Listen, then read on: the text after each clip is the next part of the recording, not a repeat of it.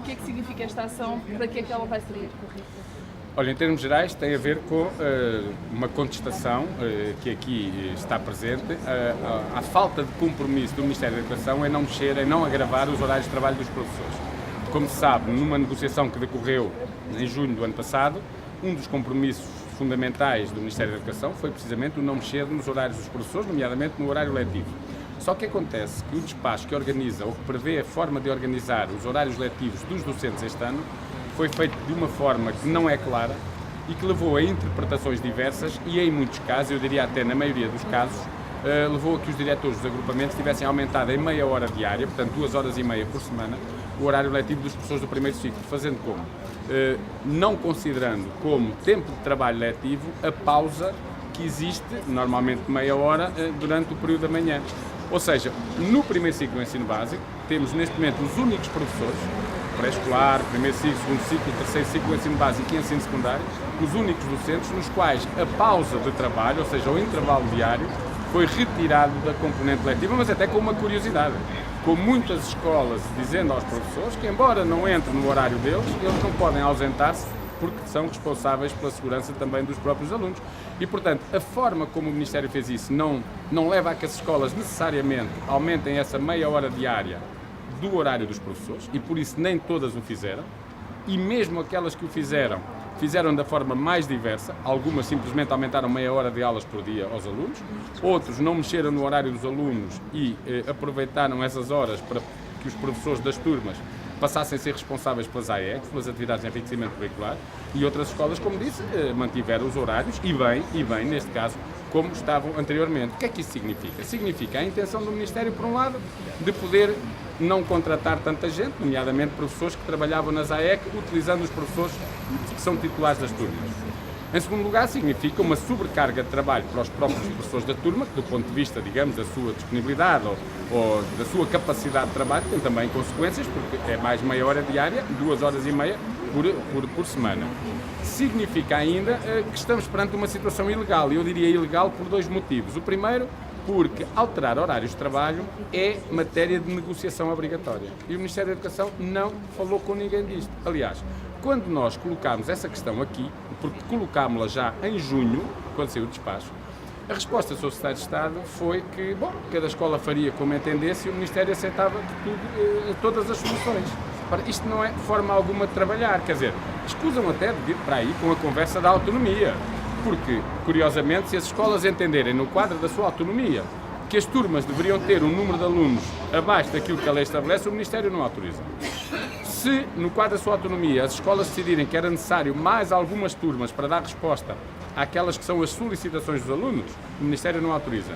Mas, por outro lado, se as escolas decidirem agravar o horário de trabalho dos professores, violando, em nossa opinião, a lei, o Ministério autoriza e cada um faz como quer. Quer dizer que a maior parte das escolas também estão a funcionar de forma ilegal em relação Sim, aos horários? é a nossa opinião que sim. Ilegal, quer em relação a normas do Código de Trabalho, que prevêem que as pausas fazem parte do horário dos trabalhadores e, portanto, neste caso, as pausas têm de fazer parte do horário letivo dos docentes, como sempre fizeram, aliás, como sempre fizeram. É preciso aqui frisar que a lei não foi alterada, o decreto-lei que estabelece os horários de trabalho, as leis não foram mexidas. Agora, a forma como o despacho deste ano prevê a organização do ano letivo é de tal ordem pouco claro que fez com que algumas interpretações fossem feitas da pior forma. Portanto, e há aqui 2 ilegalidades, como disse. Por um lado, a não consideração das pausas no horário letivo dos professores, por outro lado, uma alteração de horários de trabalho que não mereceram qualquer tipo de negociação. O Ministério da Educação faz o mais simples, não é nada com eles, assobiam para o lado, e o que é curioso é que esse senhor Secretário de Estado responsável por esta matéria, que é o Dr. João Grancho, ex-presidente de uma associação que se dizia representar professores, afirmava frequentemente que aos professores não podia, ele dizia, é impossível exigir mais seja o que for, porque os professores trabalhavam no limite. Ora bem, bastou a este senhor entrar no Ministério da Educação para passar a achar outra coisa e para passar a pactuar e a ser cúmplice das ilegalidades que neste momento estão a ser feitas relativamente aos horários de trabalho dos professores. Por isso hoje pedimos aqui esta reunião. Nós apenas pudemos pôr esta baixa-assinada circular em menos de uma semana, porque os horários só foram conhecidos no início da semana passada. Eu diria que em 4 dias recolhemos qualquer coisa como à volta, um pouco mais, mas pronto, números redondos de 4.000 assinaturas. É curioso também, isto também mostra uma nova situação que hoje se vive na escola. Como temos cerca de 1000 escolas que são citadas como tendo situações irregulares, mas em que os professores não quiseram pôr o nome, o que mostra que está a começar a instalar-se também no ensino, cada vez mais, um clima de medo que leva a que as pessoas não queiram assumir elas a situação, embora queiram denunciar o problema.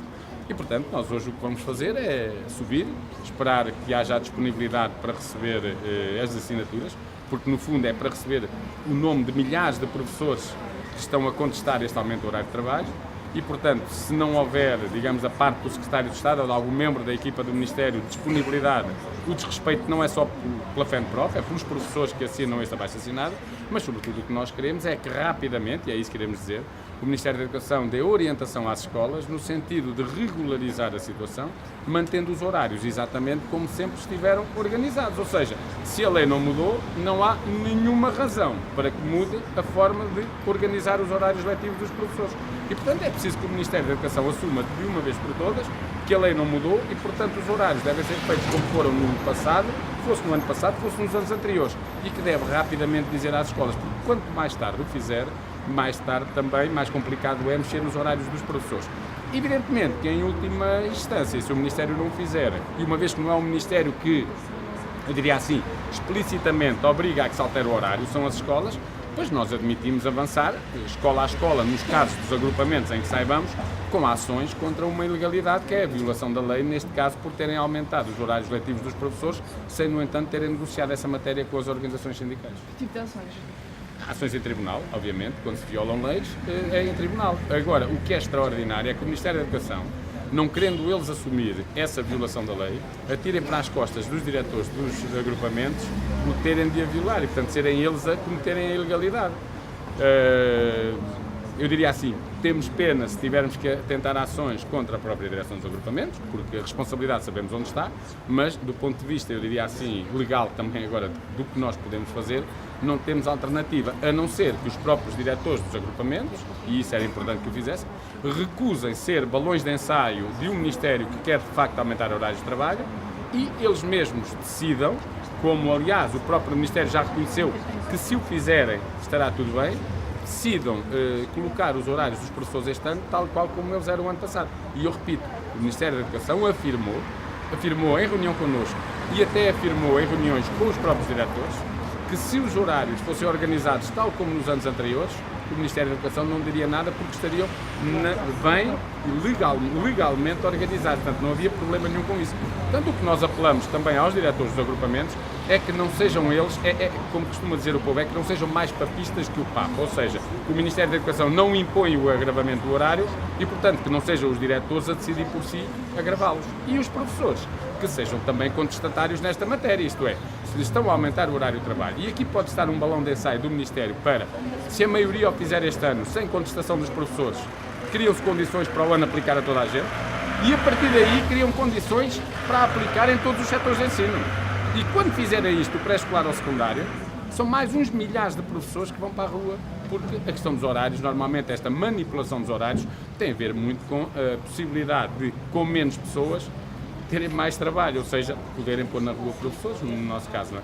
E com a situação que nós já estamos a viver, com quase 32 mil professores no desemprego, com 18 mil professores dos quadros colocados em escolas que não são as suas, portanto em grande instabilidade, se nós deixamos de mexer nos horários de trabalho, para além do que isso significa para os professores, sobrecarga de trabalho, também estamos a contribuir para que mais gente ainda seja despedida. Portanto, não compete aos diretores aumentar aquilo que o Ministério não impõe que se aumente, portanto, não vale a pena estarem a inventar novas soluções porque devem respeitar o que a lei estabelece e aos professores, de forma alguma, devem resignar-se com mais 2h30 de trabalho semanal porque, na verdade, é uma ilegalidade e têm que ser eles os primeiros a contestar o agravamento do horário.